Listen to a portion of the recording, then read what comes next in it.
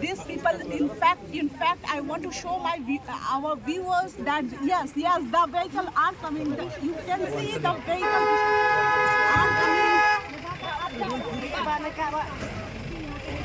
Yes, you can see. Alright, so these are not yet some exclusive pictures that you can see right now. All the 5 accused have been brought to the court today. So all the 5 accused in the court and pleased to seek extended custody. And these are not these are the exclusive visuals from outside the court. So all the 5 accused have been brought.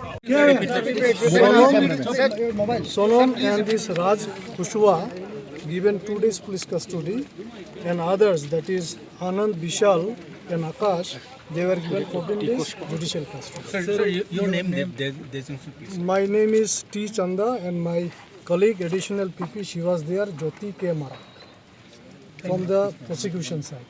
And from legal aid, Mr. Sudeep Rana and Prithvi Pradhan.